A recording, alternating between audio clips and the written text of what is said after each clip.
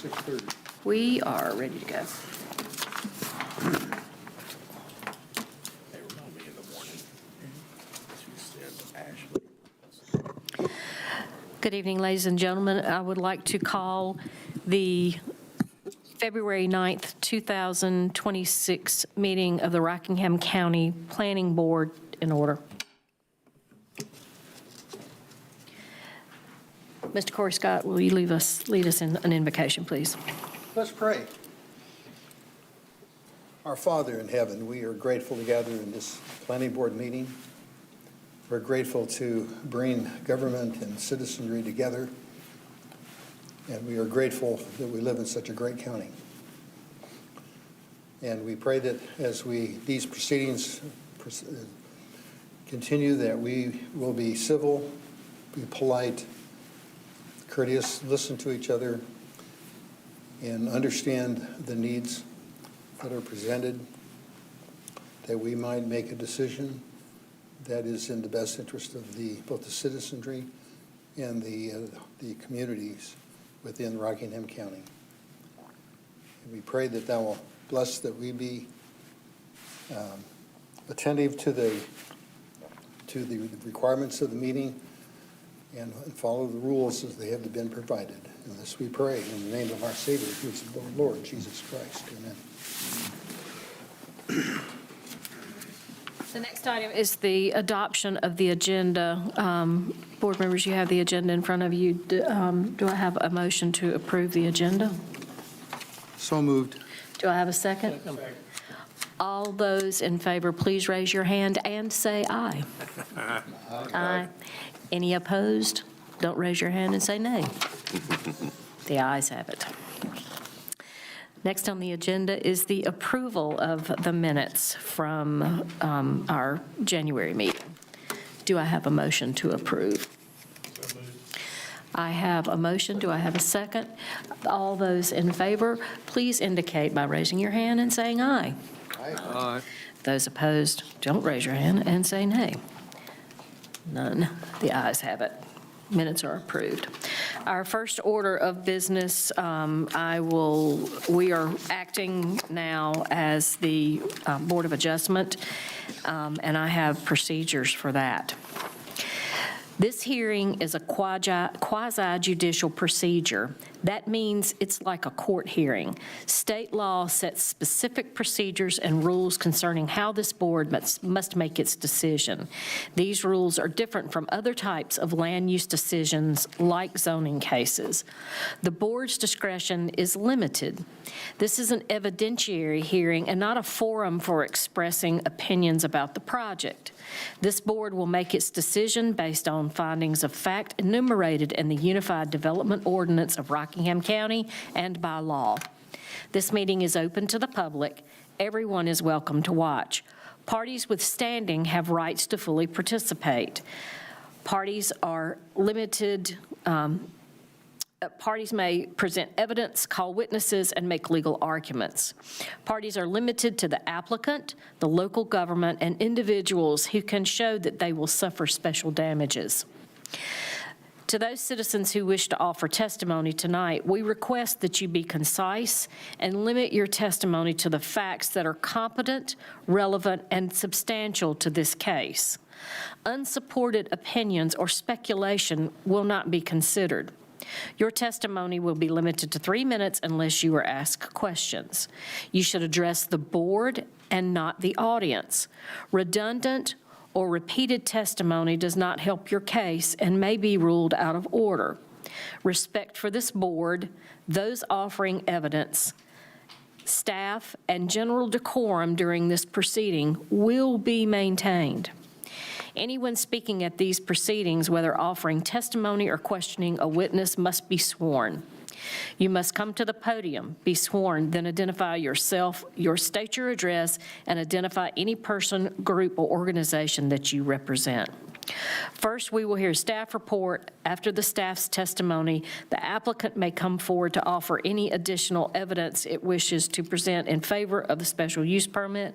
Next, anyone wishing to speak in opposition must have signed the speaker roll and will be called in order. And finally, the applicant has the opportunity to present rebuttal. The decision of this board is final. May we have special use case 2025-20.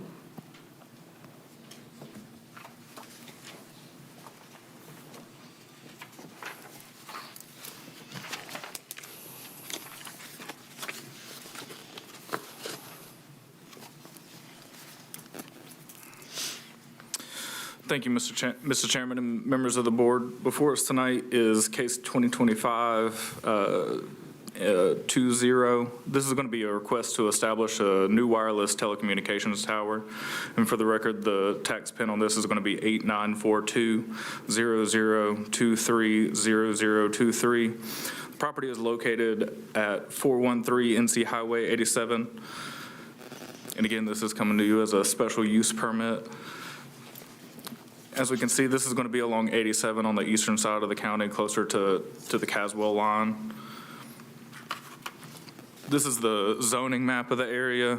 As you can see, where it gets clear and doesn't have that those zoning colors, that's going to be outside of the jurisdiction. But for the most part, the area is going to be categorized as predominantly residential agriculture with some RP, especially along 87. This is an aerial view of the property. Again, we see mostly on this particular property, mostly wooded with some open field, single-family home on it. Characterizes much of the rest of the area, and we have a good amount of single-family homes as well. And then this is going to be kind of a good location for the tower itself and where it's going to be showing up on the property at. And the ring itself is going to be a good approximation for that fall zone for it, which is going to be the same as the tower height in this instance. I said the UDO allows for a wireless communication tower in the RA district so long as a special use permit has been granted. As we know, quite a lot of material ends up gets submitted with this application. We have quite a bit of different requirements for wireless cell towers. This gets, this gets reviewed by staff as well as sent for a third-party review with Kimley Horn, especially for more of the engineering-based documents. And we've had a couple like this in the past few months where there are just a few pieces, mostly the foundation design and the geotechnical report. The applicant is requesting that they be submitted after approval. So we will be recommending putting conditions on the special use permit that those will be just acknowledging that they will be coming after. They will get sent once we get them to Kimley Horn for review, and basically that the approval here would be conditioned on those getting reviewed and everything being up to snuff. But with that, that's all I've got for you. If you have any questions about the proposal, I'll be happy to answer them. Are there any questions from the board? There would be a co-location of other government antenna or other uses for the tower? Yeah, so for all of our towers, we do make requirements that they have spaces for co-locations. So if we approve this tonight, and it's conditional, we don't know exactly what the conditions are going to be, correct? Right. Well, the conditions should be on your screen right now. So those, it would basically just be those particular pieces of the application. Normally, they'd be submitted kind of on the front end. Right. It would just be kind of an acknowledgement that, if these weren't submitted, it's technically not approved, kind of unless it is, unless staff and third-party review approves it as well. And you don't see any risk of like us missing anything if we don't see these conditions on the front end. I wouldn't imagine so. I mean, those particular elements are really kind of more engineering documents anyway. These really are kind of, I mean, even beyond kind of my expertise for the most part. So really, we're usually just kind of looking for engineer stamps on them, and then as well as that third-party review to make sure that those are going through all the normal logical kind of engineering protocols for something like that. They're really more like technical documents for, like I said, the like foundation design and things like that. And I don't remember us doing this way, putting the conditions, letting the conditions go, passing the proposal and then doing the conditions on the backside. Is there a reason for that? And probably the applicant can kind of speak to the process kind of on his end and why it's kind of logical for them to do so. But I think for the most part, it just ends up being more logical for them to do that kind of work on the back end once they know they've got some initial approvals before they invest a little bit of that money to get that particular aspect of it. Like I said, really the review of these is more technical in their review for the most part.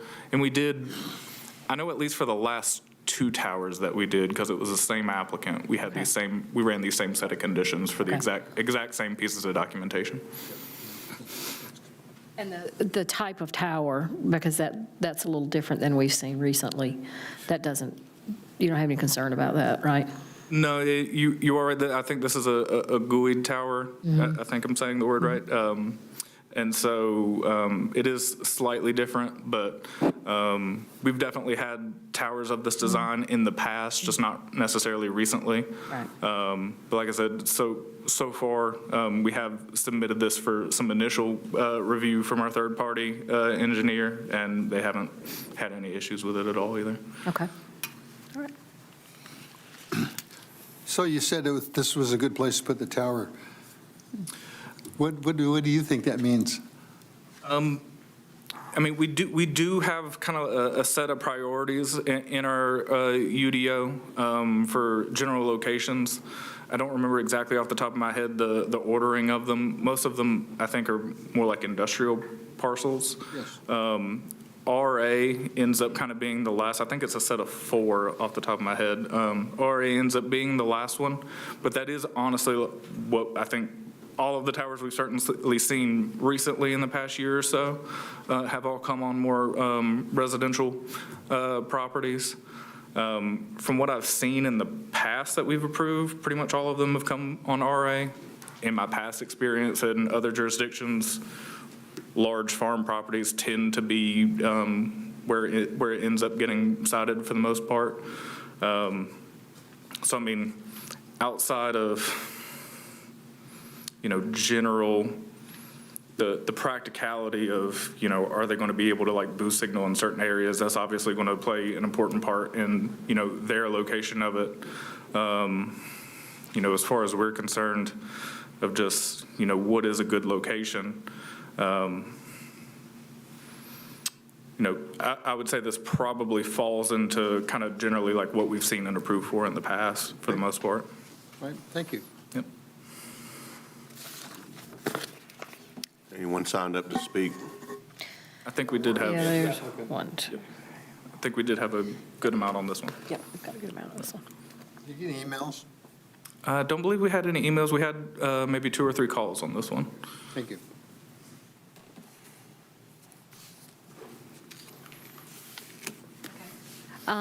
We're going to have anyone that wants to speak on this, and with the last names of Davidson. So we start with the applicant. Oh, yeah, that's right. Well, we're going to swear everybody first. Let's swear everybody, and then that way, yeah. Okay, so if your last name is Davidson, Mark, Hurdle, Penix, I believe, Berkowitz, and Lester, if you will come to the front and be sworn in.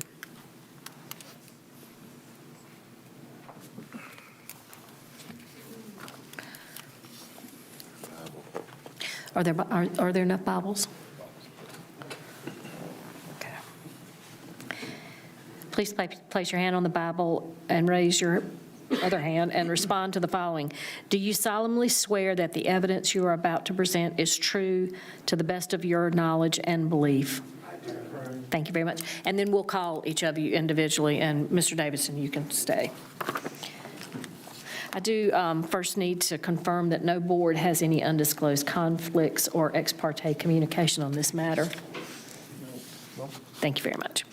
Okay, Mr. Davidson, take it away. Hi, Clark Davidson, 2538 Manor Walk, Decatur, Georgia, 30030, here on behalf of the applicant.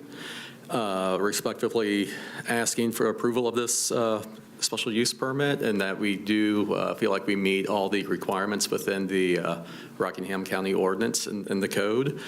And to address a couple of the questions that came up, one, the conditions.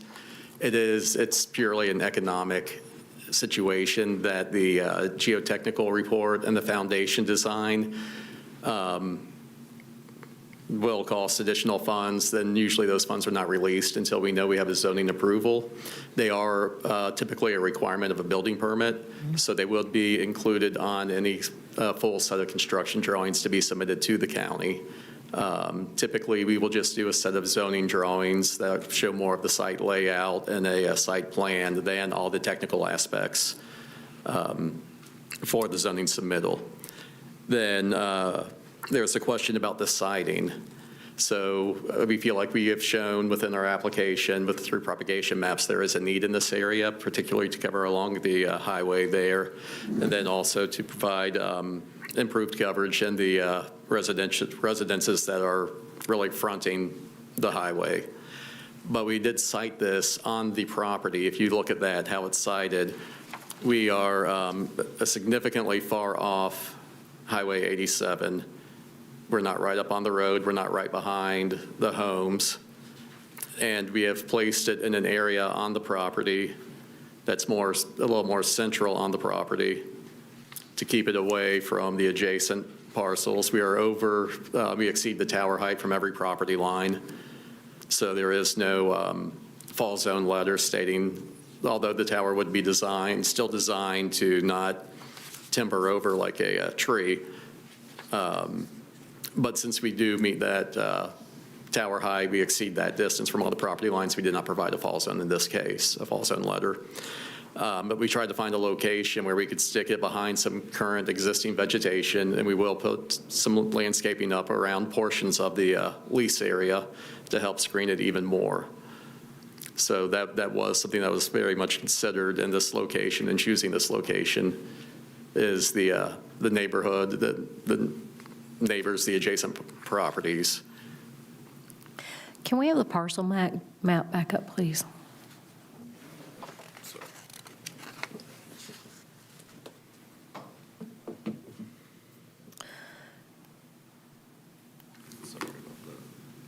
No worries. This way? Yep. Are there any questions from the board? Yeah, I'm kind of curious. This, we've seen your smiling face before. So I'm curious why this one has wires. The others didn't. The others were self-support. I believe the others were 250 feet, and this one's 300 feet. Mm-hmm. And usually, as you go taller, you will do the guide towers with the guide wires. So there's a threshold that says if I'm going to go this way, there is, and I need to have a different way of supporting. Yeah, it's just a different way of supporting it, and there are also some economics involved there. With the taller you go, the more expensive. If you're going to do a self-support, the prices significantly increase the taller you go. Okay, good. All right, that makes sense. Thank you. And the guy wires, they're within the fall zone, right? Oh, yes. Okay. Yes. Did you possibly, you usually give us the coverage enhancement? Yes, there are propagation maps that are in the application package, and you can see that's significant, the improvement that this area will see for the surrounding area and all along North Carolina Highway 87.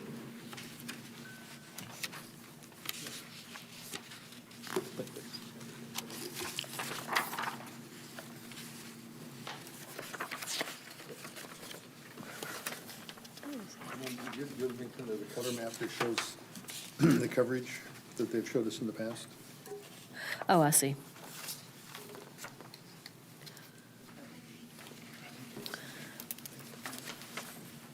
Are there any other questions?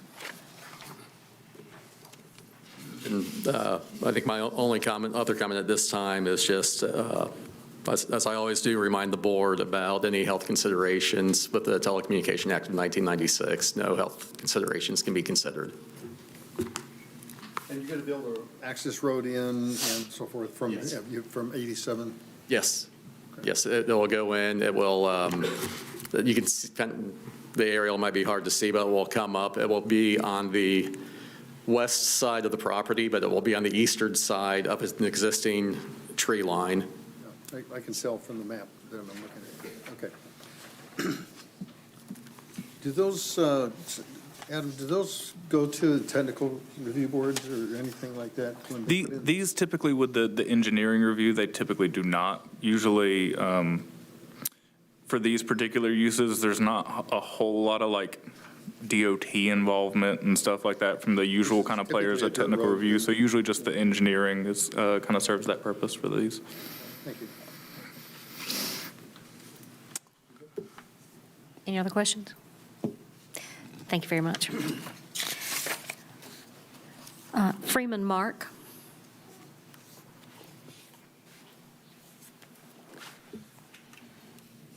Good evening. I'm the property owner of the property just north of Bonnie Mark's property. In fact, she's my cousin.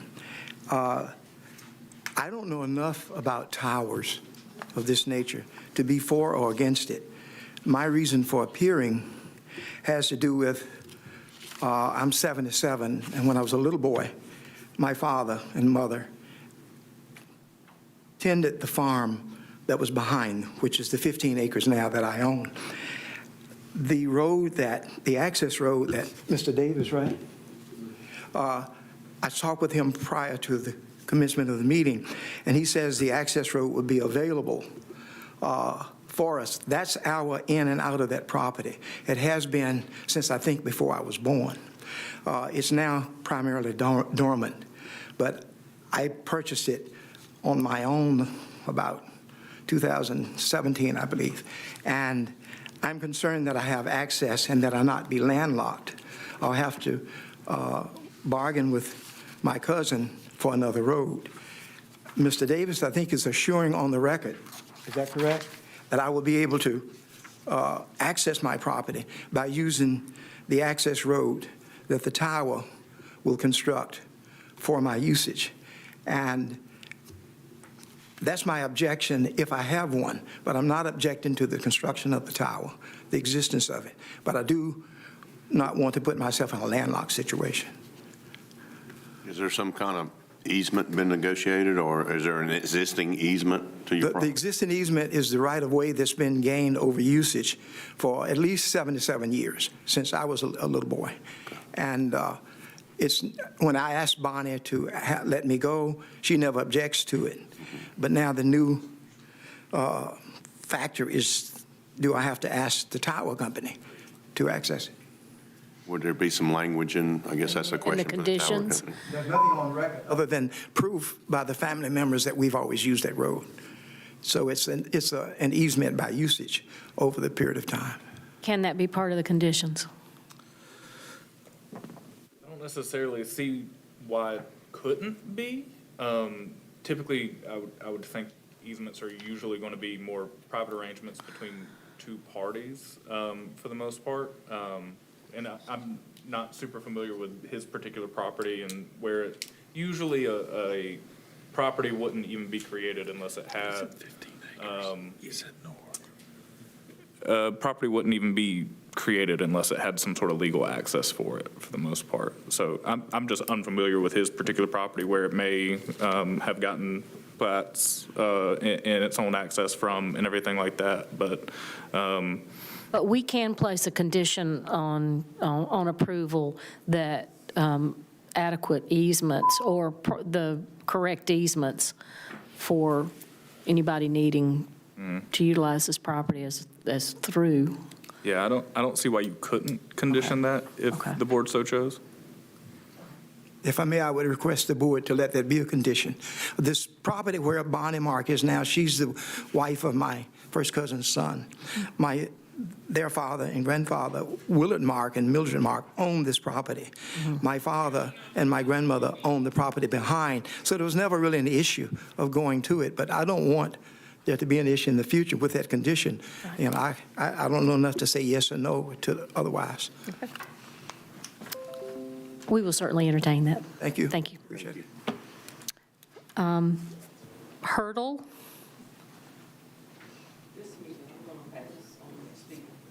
Okay, thank you. Penix? Ms. Penix? Thank you. Mr. Berkowitz?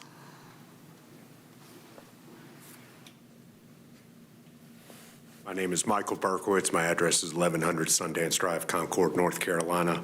I'm a certified general appraiser and performed the impact study that's in your packet today. This is my, I think, 5th time here in Rockingham looking at towers throughout this county. If you look at the report, you can see how many I looked at. Surprised, since the last time I was here, I got an example. And there was a sale of land in Rockingham County adjacent to a cell tower and compared it to the market. And it was actually on the upper tier of the sales that was shown in there. I know there were concerns about residential properties, so I provided examples in rural areas throughout North Carolina, the quantitative analysis.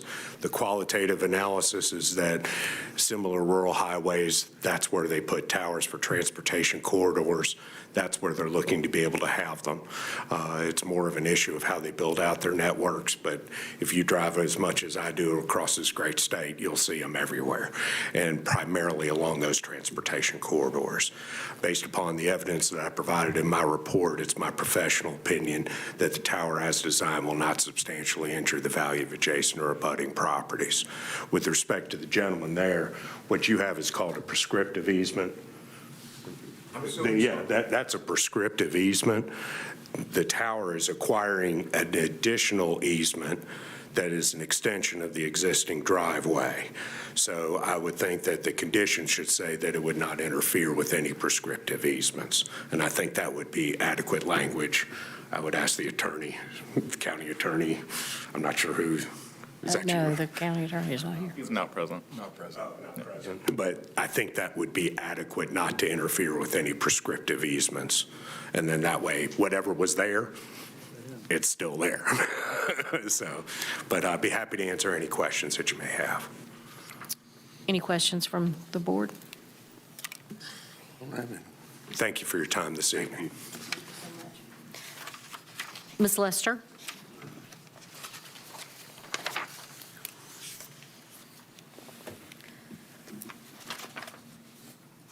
Yes, my name is Kathy Lester, and I'm here on behalf of Marlene Stallin. She is a adjacent property owner, and I don't know enough Your about... address, please, ma'am.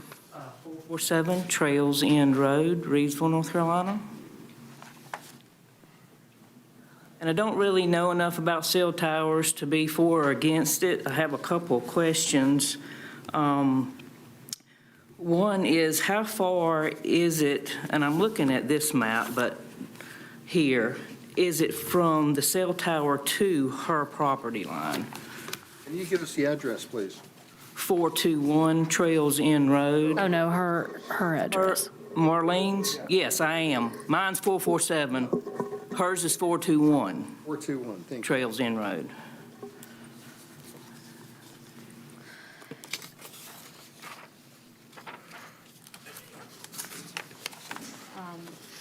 So I'm sorry, your question is? How far is the cell tower to where it touches from her land?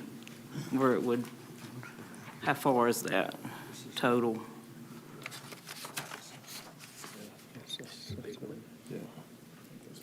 Staff or Mr. Davidson, do we have how many feet there are? So the fall zone is how many feet? The fall zone would be 305 feet. The closest property line is to the west, and That's hers. 338 feet. Do you know where in relation her parcel is? I think it's on the north. This is Okay, the back of to the north, that is. it. But from here to there, Yeah, that's going to be over 1,000 feet. That's 1,100. Close to 1,200 feet. 1,100. It's on the cell tower map that we have. It looks like at least the specific number on the plan was 1,189 feet. So to give her some perspective, 1,200 feet would be, is that a football field? Is that Yes, about a It's quarter a mile. quarter mile. quarter mile? And And that's just to the property line itself. Right. It looks like there's maybe a big tract that she has? yes. Okay, yeah. And like I said, I haven't had time to do any research, but I have heard like cell towers causing damage to lumber, hardwood, forest. So that was one of my concerns. I've heard it had to be, I think, 1,640 feet from the towers. And like I said, this is a little bit of research. I've not dove into this. And then the other question I had was, what's the next closest cell tower in that area?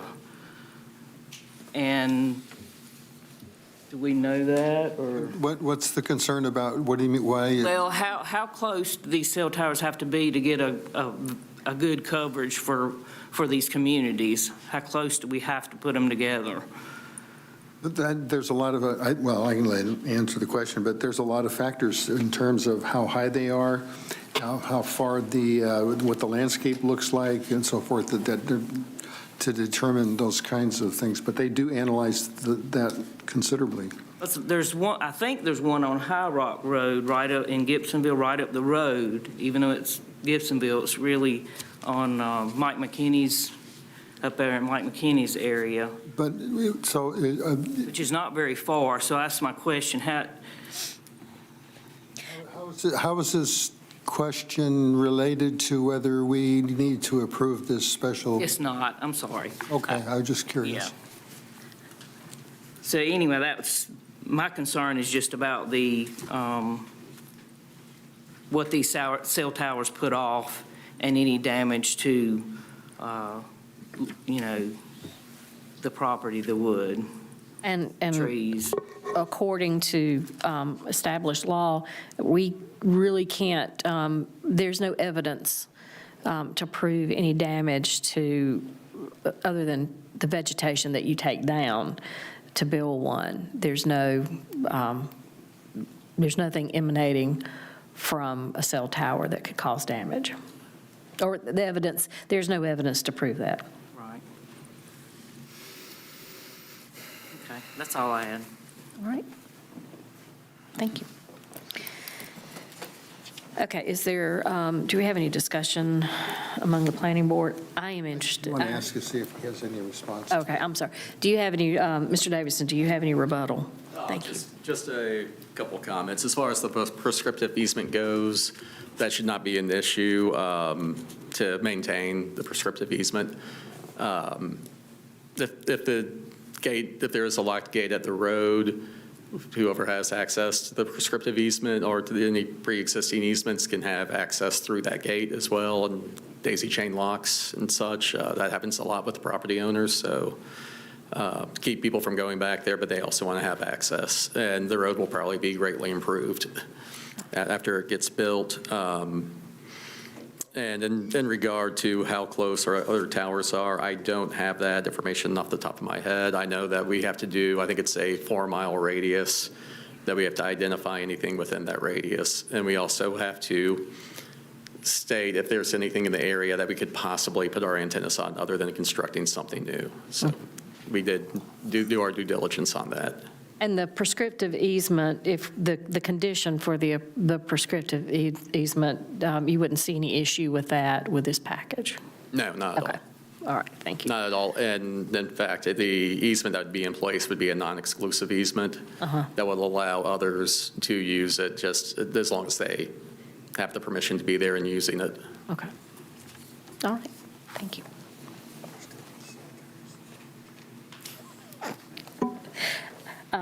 So is there any discussion? I am interested in putting the condition for the prescriptive easement in place, just just to have it recorded. I agree with that. I don't feel right about approving this unless there is language placed in this document protecting that easement that the gentleman has back there. I was a real estate appraiser for a number of years, and I've got tangled up in these easements, especially in rural areas. So we want to make sure that that does not happen to this gentleman back here. Staff, do we need to state how we want that read, or can we just put as a condition to maintain the prescriptive easement? Yeah, you can just say that generally, and then we'll work on that language, and then that'll be in the board order that y'all will probably approve at your next meeting. Okay, all right, we'll do that then. Well, we'll vote on that. So I would like to include as a condition to maintain the prescriptive easement. Whoever does the motion. In the wording of the approval to accept or deny, it indicates in there that it would be based on any conditions that were discussed. Isn't that correct? So Yeah, so we're, well, I would say, I mean, we've already agreed, yeah, that's fine. I think we're good for that, because we're agreed that we do want to put that language in, and that then we'll vote on the board order after that to make sure that's correct. Yeah, that motion language should cover us for Yeah, now, that'll and then y'all cover. can look at that specific language when the board order comes through, Okay. and we'll draft that up for you. that would be the next. Yeah, Yep. okay. All right. So any more discussion? Anything else? I'm good with that. Is there a motion?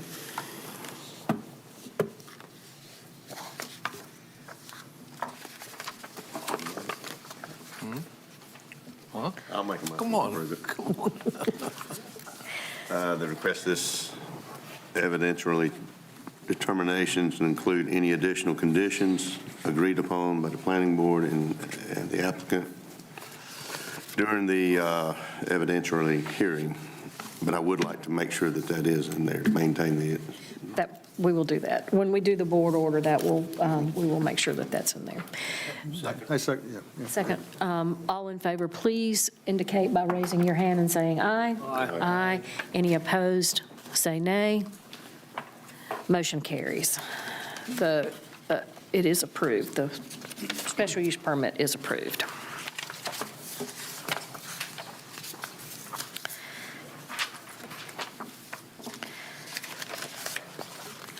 Having no more special use permits or cases that need a quasi judicial, we will move to the planning board now. And I'll read you the procedures for that.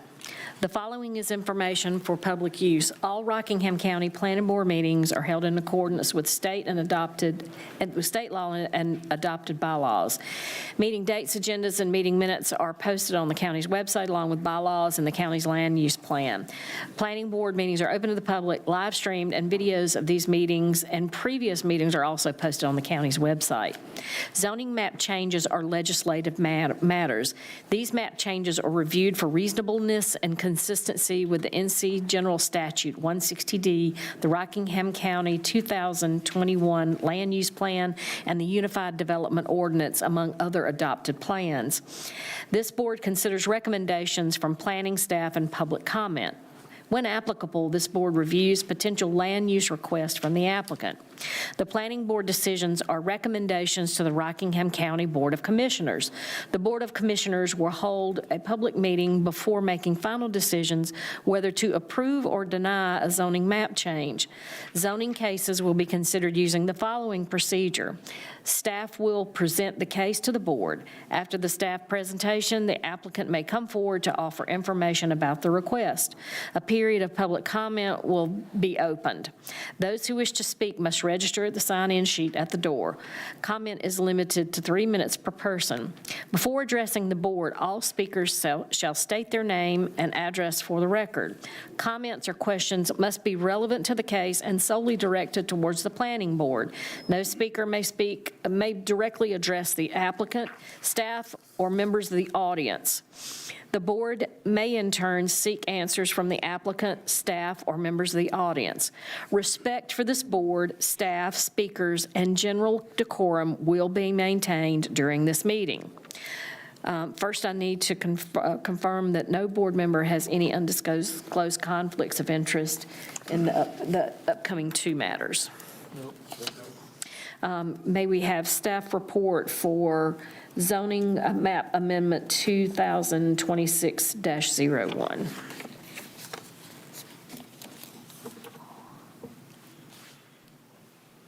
Thank you, Mr. Chairman. Next up is zoning case 2026-01. This is for the Eagle Landing subdivision.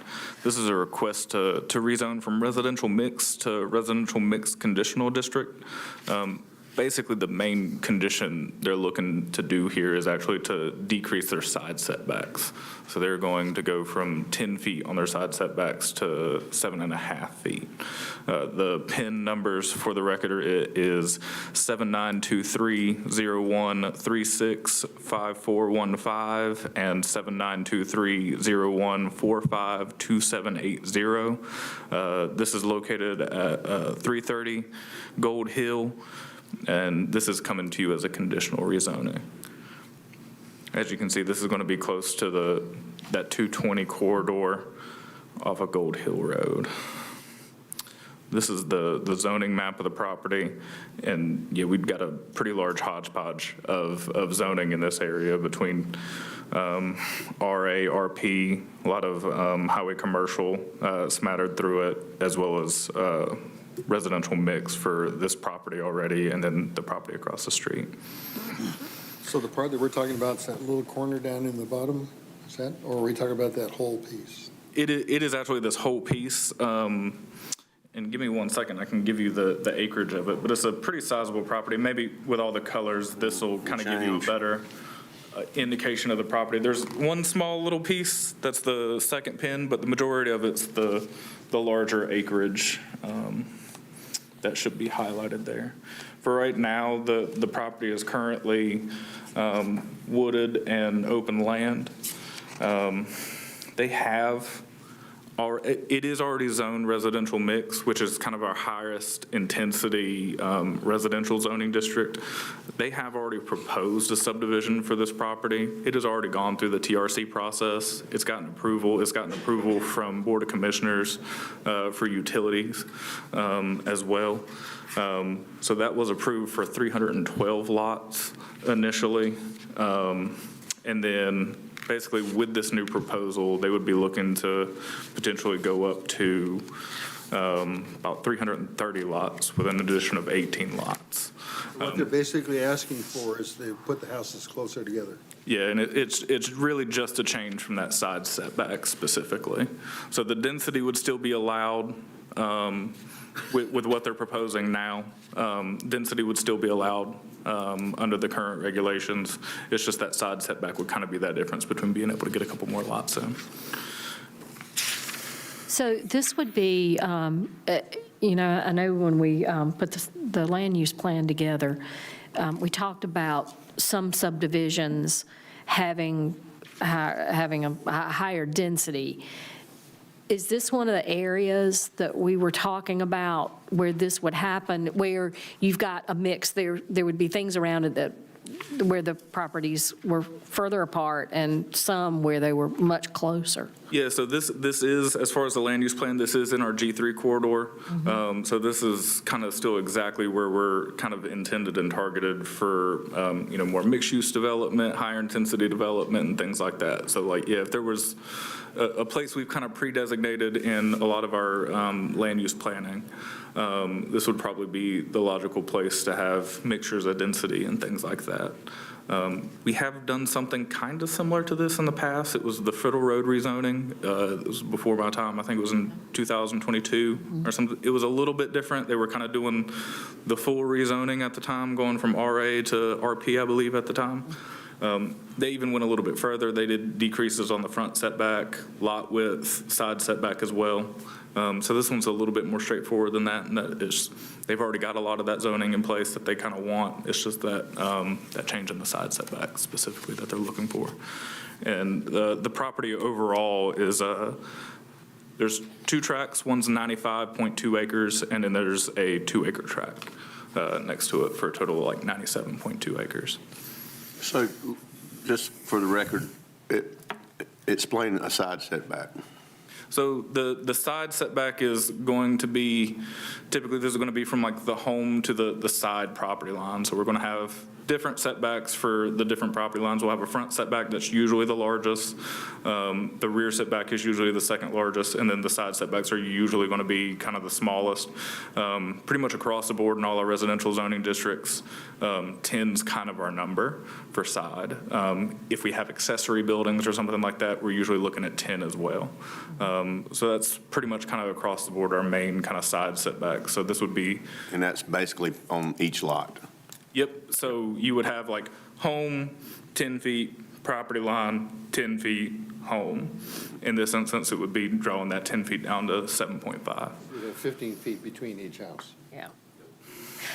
And if I remember correctly, when we did the land use plan, we referenced there are neighborhoods in Charlotte, in the Charlotte area, and like other areas where there are urban areas around, and there's a lot of this mixed use, where you will see some subdivisions that have varying levels of setbacks. Like some of the homes are, even though they're freestanding homes, they are like 7 feet apart or 10 feet apart. So we had talked about in this, I remember talking about in this area, this is one of those places where we would allow those types of subdivisions. So would this be like one of the first ones? Because I see on this map that it looks like there's already been some type of, I mean, it looks like deliberate planning on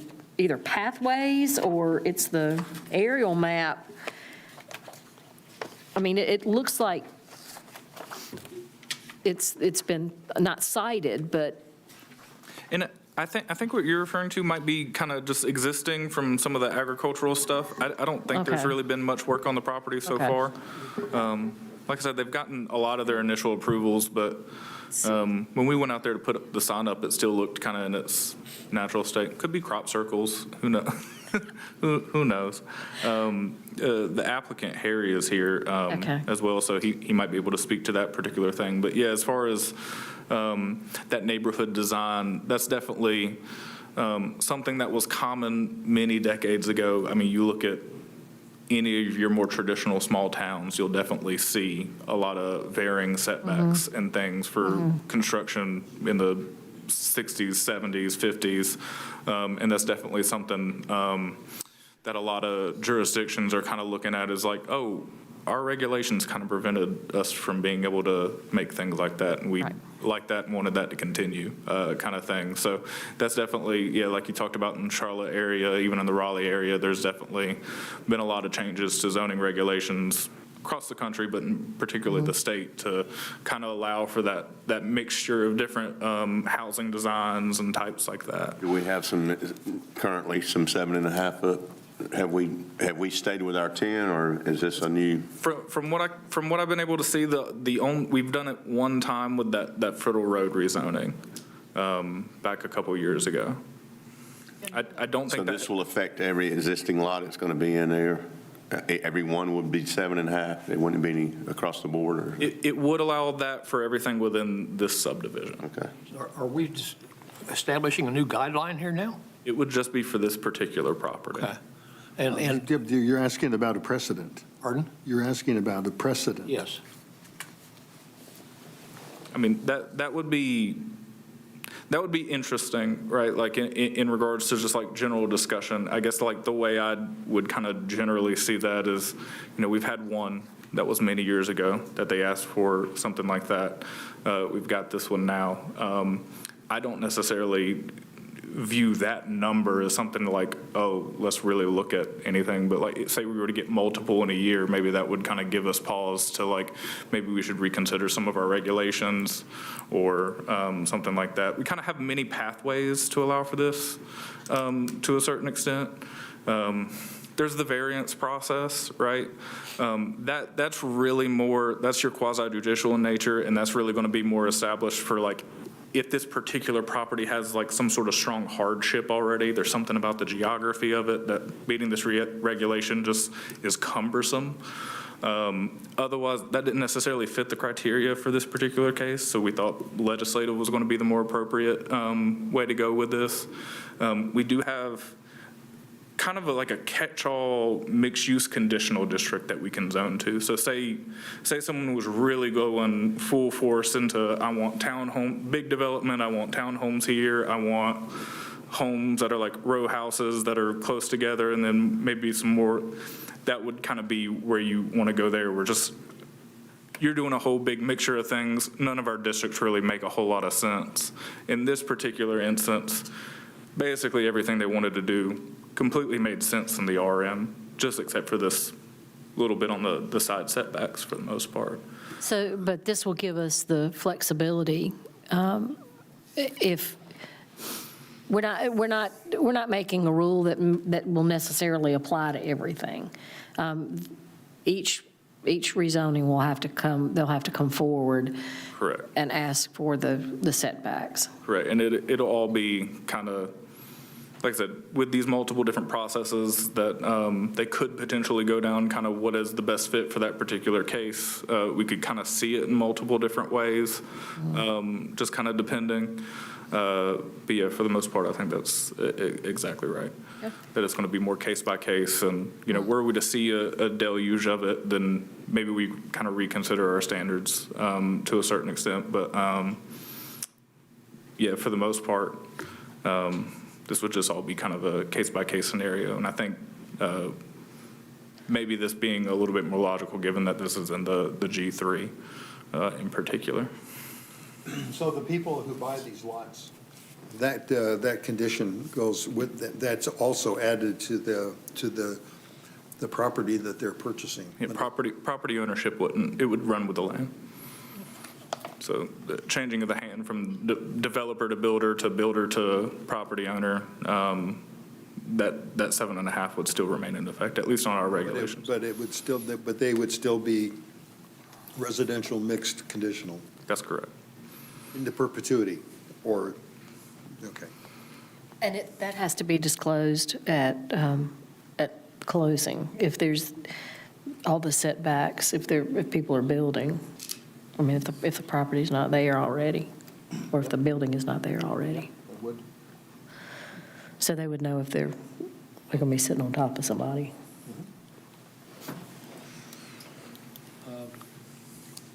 While we're talking about setbacks here, what about we're talking about 15 feet between residences.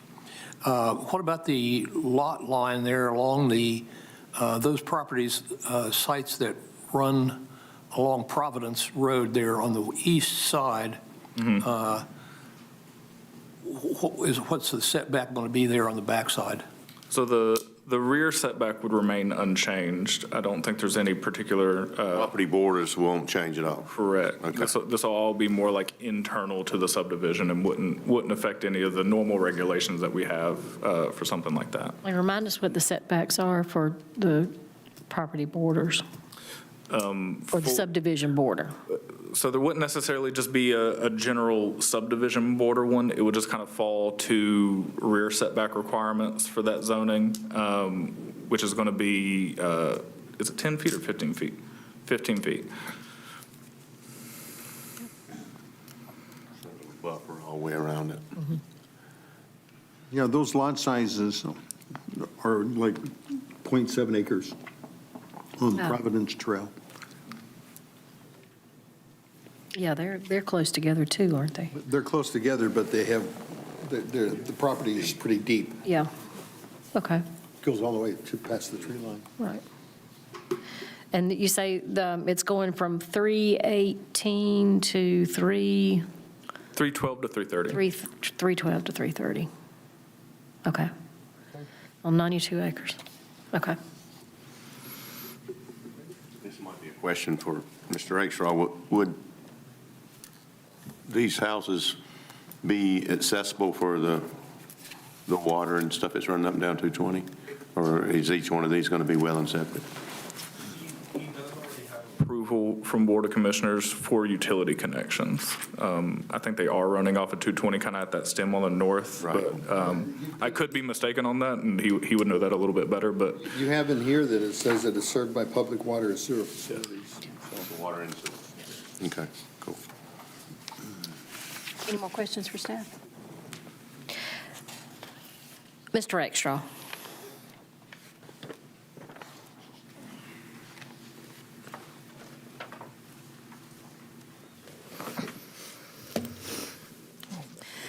Can you tell us about your plans for this property? We're going to build a... Oh, I'm sorry. Can you state your name and your... Harry Rakestraw. I'm with Wentworth Holdings, 283 Fox Farm Road, Reidsville, North Carolina. Thank you very much. Now tell us about your application. Madam Chairman, members of the board, this is a subdivision that, of course, is in the high-density residential area for the 220 corridor. It'll probably end up being a pretty good-sized company to build these houses because of the number of lots. And so, you know, if we can get everything going, probably construction will probably start sometime later this year or first of next year. But that's pretty much what it's going to be, and it's going to be, houses will probably be somewhere around, there'll be 3 to 4 bedrooms, 2 baths, carport, car garage, that type thing. And so, there'll be more or less probably starter homes. They won't be $500,000-$600,000 houses. They're probably going to be in the $300,000 to $350,000 range, which we need a lot of starter homes for people. I would agree with that. What's the typical square footage going to be on it? Probably 1,500 to 1,800 square feet, somewhere in that neighborhood. And it would be a one company building it, not versus selling lots to individuals to let them build on it. It would be One company would be taking it on. And when you get a subdivision this size, I built that subdivision next door, and we did that with smaller people, but it was 47 lots. And, so it was several contractors did 2 or 3 houses in there. But this being the size that it is, it would be better for one builder. Any more questions? Thank you very much. And I want to apologize for my phone going out while I was trying to text my wife to tell her I was going to be late for a football game. and then all of a sudden that popped up, so I apologize for interrupted the meeting with that. Thank you. Is there any discussion for the board? I don't. Is there a motion? Yep.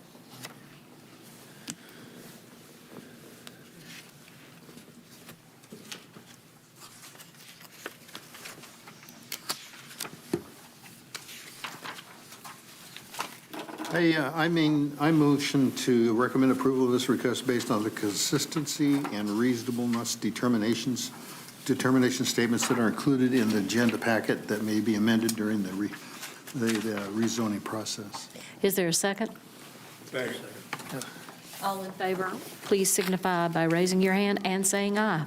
Aye. Any opposed? Say nay. No opposition. Motion carries. Sounds great. Thank you very much. Thank you for helping me out, too. I did all I can get. Assist. That's why there's 2 of us. Actually, I need 3 of us. Okay, if staff, our next case is 2026-02. Staff will present, please. This is case 2026-02, the Goins rezoning. This is a request to rezone the parcel from residential agricultural to light industrial. The tax pin for the record is 7000000420150. It's located west of 1923 Victory Hill Church Road in the Madison Township, and this is a conventional rezoning. Here's the vicinity map. It's located in the northwestern quadrant of the county, not far from the Virginia border in Stokes County.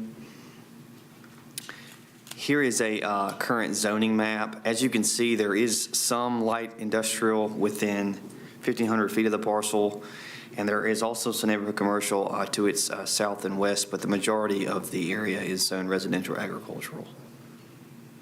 And here is a aerial map of the property. It's got buildings on it and farm equipment mainly. So our land use plan suggests that this parcel is located in the O2 or the rural lands transect.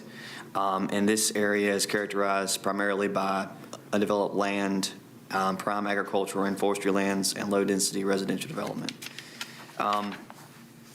Our land use plan does suggest that areas within this land use class should generally be zoned residential agricultural, but it also suggests that commercial land uses might be appropriate where former but vacant buildings exist.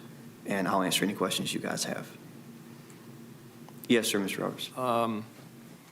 What is these other two parcels over here to the east of the subject parcel are zoned light industrial? What's the nature of those businesses? What do they do? What are they doing? I believe the applicant actually owns one of those parcels already that's zoned LI, or there is a Goings that owns one of those parcels. I'm not sure the exact use on those properties, but they are like generally zoned for any type of LI use. They're not conditionally zoned. All right. Thank you. Any other questions? We have two people that have signed up to speak. Steve Goins. Is the applicant.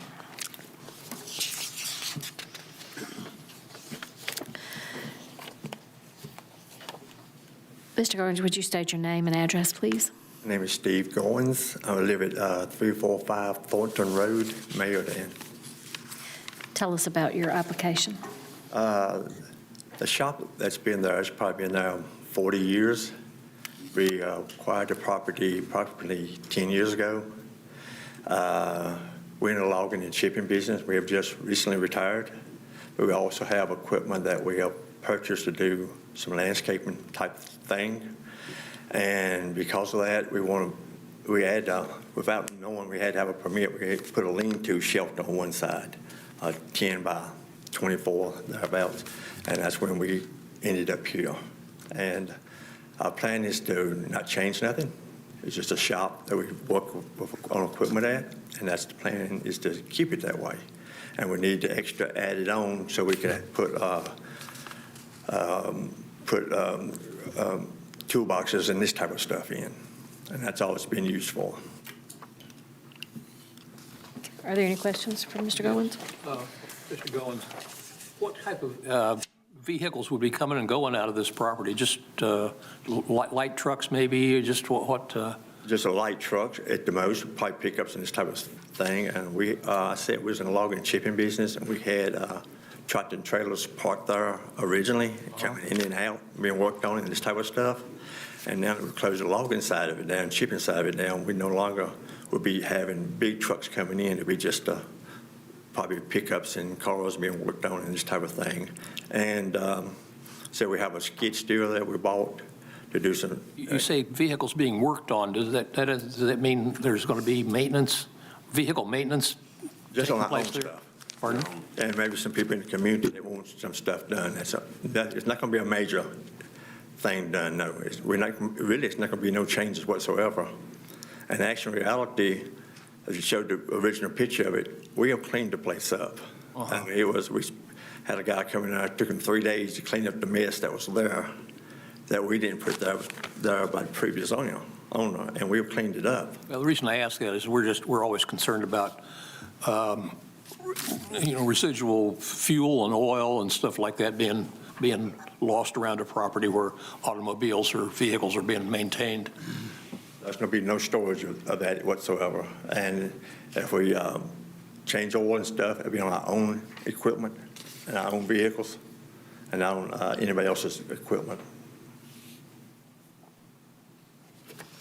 Okay. Any more questions for Mr. Goins?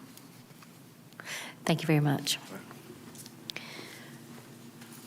Casey Brown.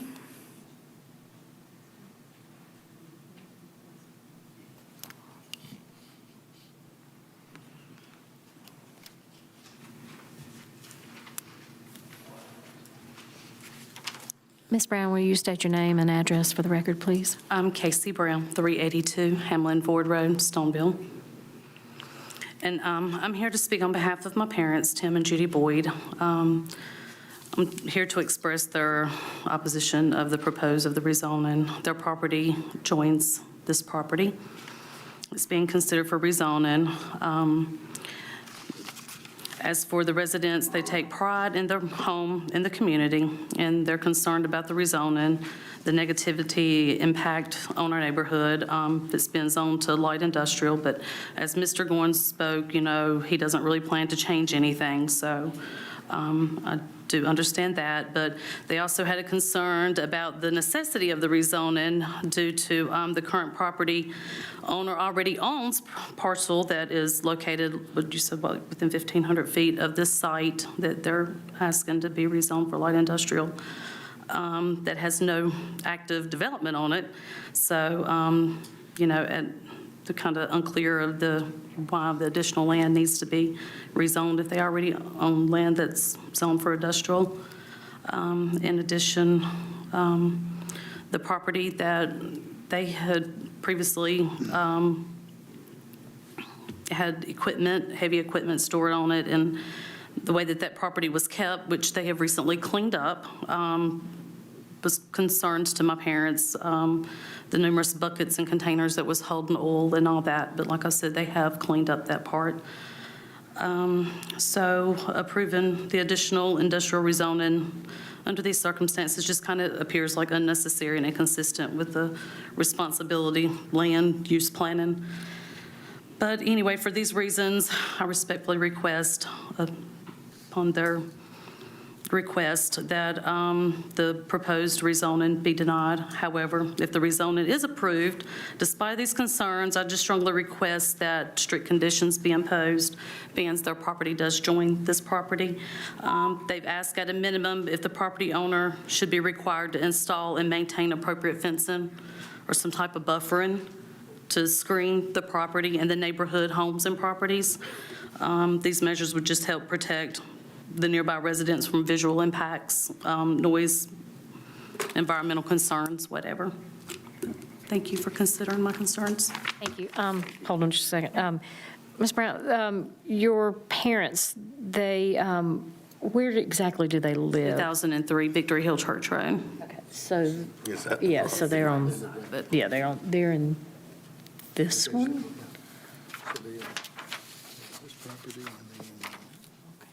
That back there. Okay. Yeah, so the house is actually behind this. So. Parcel in front and Okay. the house. And the back. Yes, it is. That is exactly what that is. So I will answer the question. The reason we have to rezone is because he wanted to make improvements to the shed. And for the reasons, what he's going to use the shed for has to be zoned correctly to make those, or has to be zoned differently so that he can do that.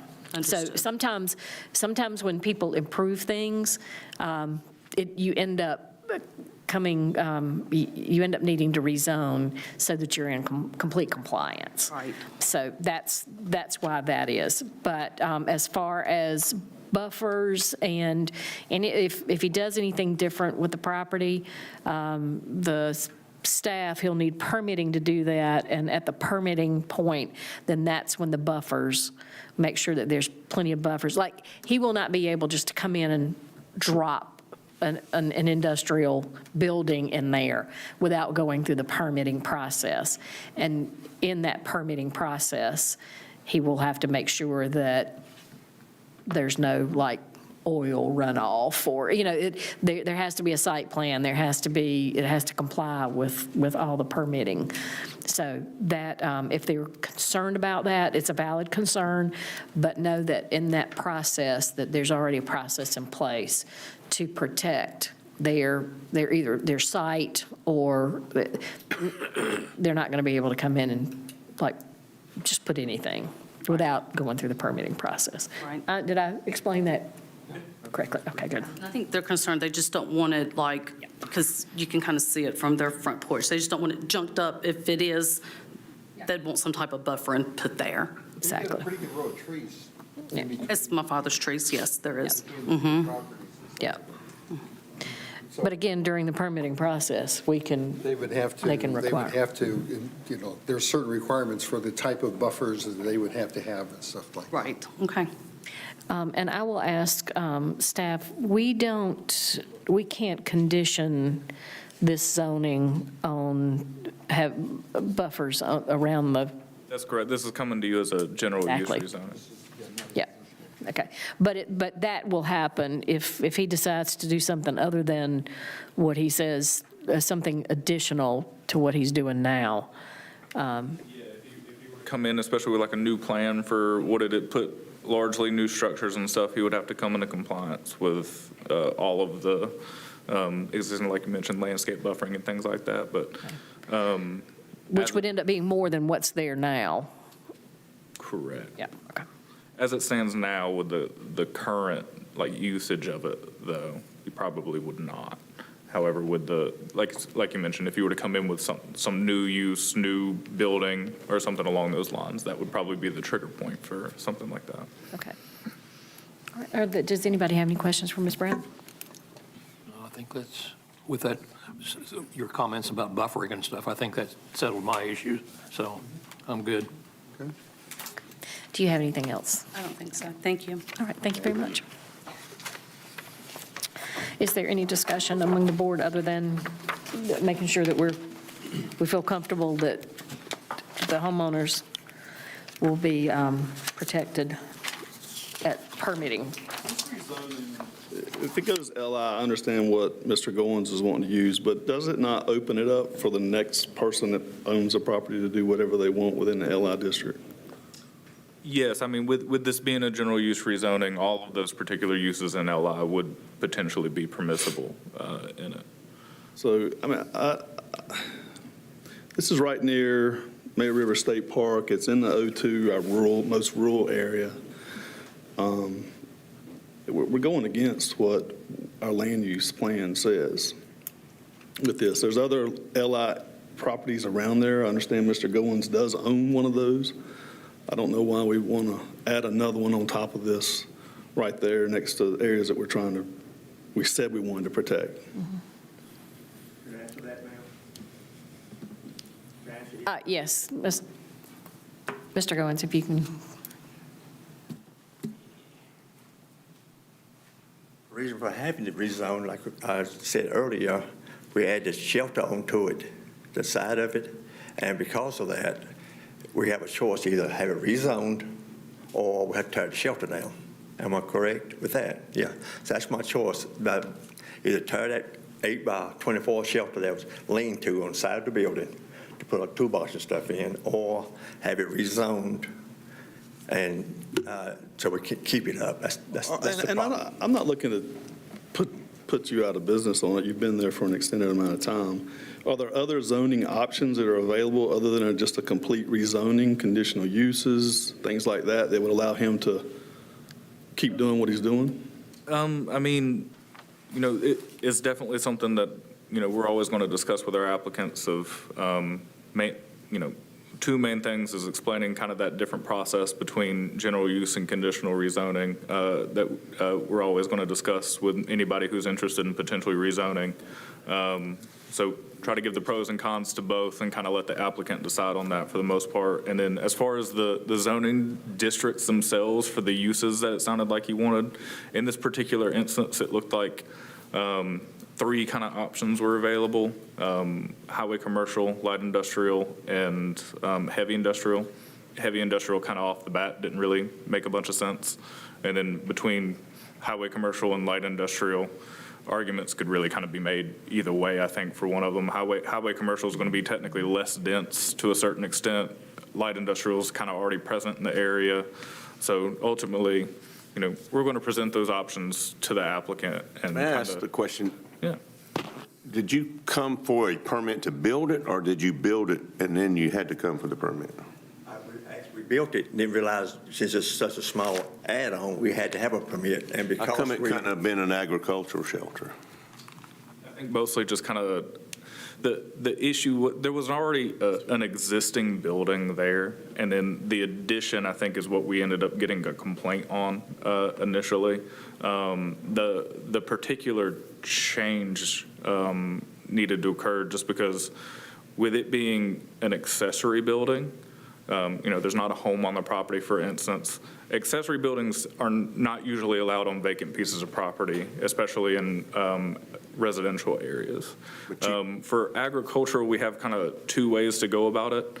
We do allow for a single accessory building in RA if you're over 2 acres, I believe, and you're capped off with a certain amount of square footage. And then obviously, if you're a bona fide farm, you end up getting exempt from zoning. So in this instance, he was too small acreage-wise to meet that.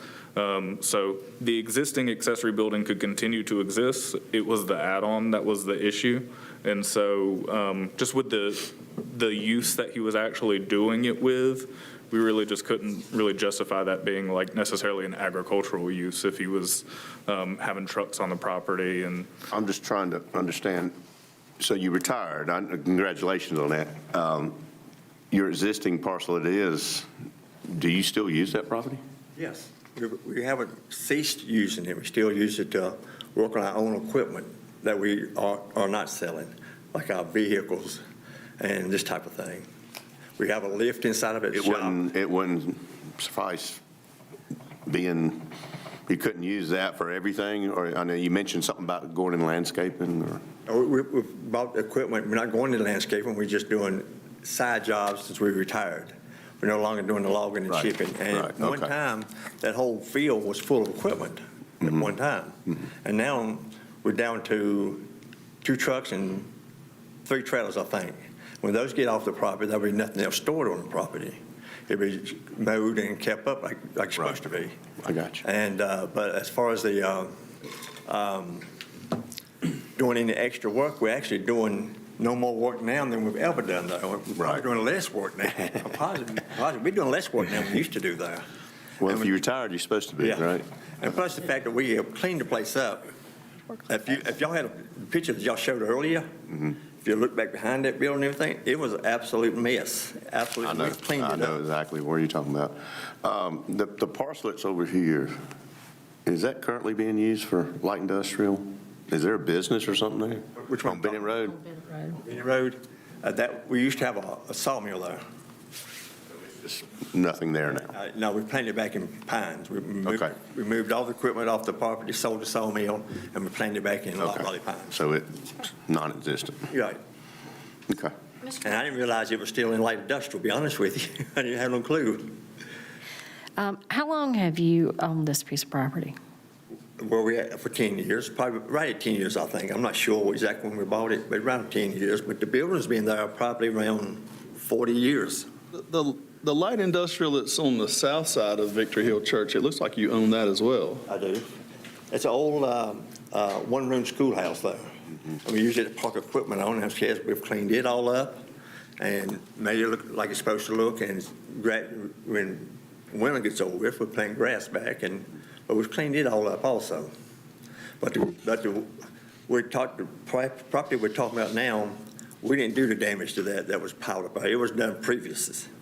And we just got around to, when we retired, we cleaned it all up, make it look presentable. I like the line of thought that Mr. Haley was going along with the RA type stuff, if there's a way to make something work with that. If that's a way we could keep the shelter on that we built on. You really wouldn't be opposed to either one. You just want to get your shelter, right? Yeah, I want that, and possibly, on one thing change that could even happen, we'd like to build possibly just a shelter to put our equipment under that we got there, the landscaping stuff that goes with the equipment, so that nobody steals it. We got nowhere to put it at the moment. Secure, yeah. We just want somebody to secure it so nobody steals it, because all of it man can back up to it, and just 2 people throw them back in the truck and be gone with it. And we just want somewhere to be able to secure the equipment that it's not stolen. That's the only concern. And we have no plans. We've never had no plans to do nothing else with that land. And it's in, my brother's name, and we have no. We understand. I'm too old to start a new business. You have no, and I trust and believe what you're saying. You have no plans for anything different, but there will be a next generation and a next. I And once understand we what you're do this LI, I mean, it's 102 additional uses that gets added by I doing know. this. And we have no control, once we do this, of who does what. Yeah, I understand that. But I said, what goes on after we're dead and gone, we always say, we have no say-so for that. And if somebody may buy it after we get through and may tear the shop down and just put a house there, they could do that. So, what goes on as of right Put a house on it in the now, light industrial.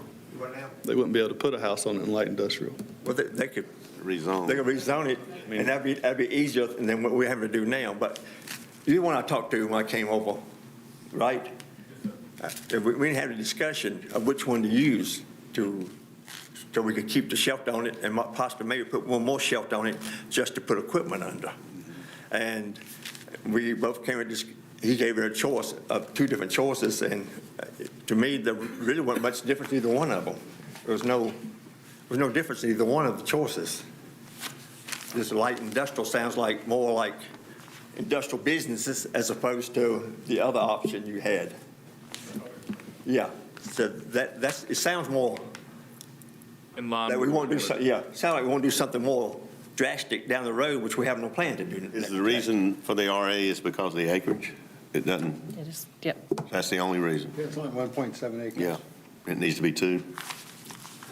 Well, it used to be, I guess- that property used to be 2 acres, and they sold the easement to them to get to the property back there. But the trees that she planted there, that's the easement to their property and to the, actually, that and to the land that's owned back behind it, which is owned by the state.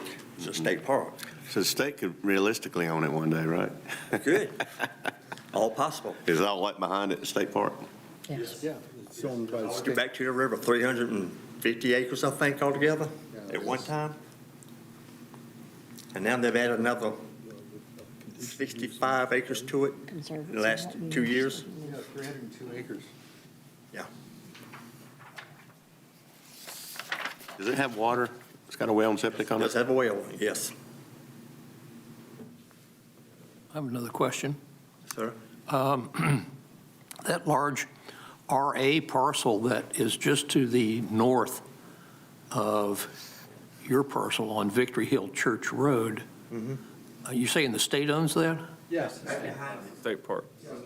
Yes, it's state park. Would they not want to have road access to that parcel? It doesn't appear to me, if looking at this aerial map that we have here, just to the west of your parcel, the subject parcel, looks like there's a lot of greenery in there, but maybe a buffer of some sort. But there's I don't see any road or anything, no access going into that parcel. If you will look at that, I believe that's an easement to that state park. If you will look at that, the state park has an easement from that road. It's never been used at state park, because state park always comes from Bennett Road backside to it. But there's actually an easement. Right there. State Park does have an easement. Yes, Their property. yes. So state lot park of- does have an easement into it, yes, And they do have a lot of frontage off of Bennett Road. They have a as lot well. of access to it. yes. But the state's never used that easement. Is the That's easement state 'cause they never park- need to. Park who you sold property to take it below the 2 acres before? Or was it the No, property sold to the It was east? sold, the previous owner sold it to Tim and Judy back there, for easement to get to the land they bought from, if I remember correctly, didn't, Oh, okay. Roxy own that? I can't talk about it. I think, when who owned it originally, I think they bought it, well, how much acres they own in there from them, and for them to be able to buy that land, the previous owner sold them the easement to get back to that land, because they needed more easement to get to the state park. So that's- State park bought that after all of this. Yeah, that's been in the last 10 years. I think state park bought it 20 years ago, 25 years ago? 2005. Yeah, I was going to say, Okay.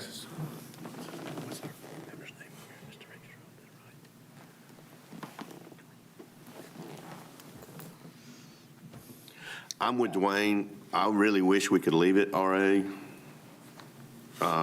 just for the fact of, Yeah, But I'm okay also with that. agree with, yeah, I know you are, but I'm in agreement with you. I have no problem because all you want to do is do the right thing on your shelter and get a permit for it. So. Yeah.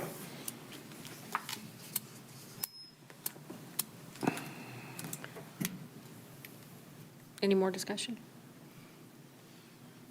Thank you. Thank you. Any more discussion? Are you ready for a motion?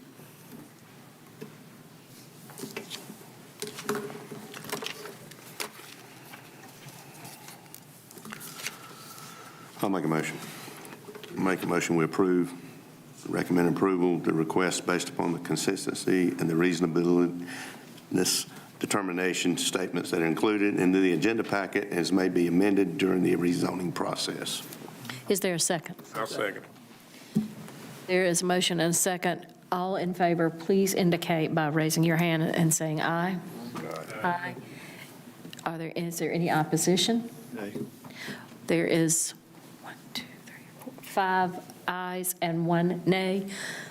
Zoning approval passes. And this is a recommendation to the county, to the county commissioners. They will meet, this will be taken up at the Monday, March 16th meeting. And they will go over this all again. So if you're still interested, you will need to attend that meeting. Okay, board. Is there any other business? If there's no other business, I will entertain a motion to adjourn. Motion to adjourn. Second. All in favor say aye and raise your hand. Aye. Motion carries. Thank you very much.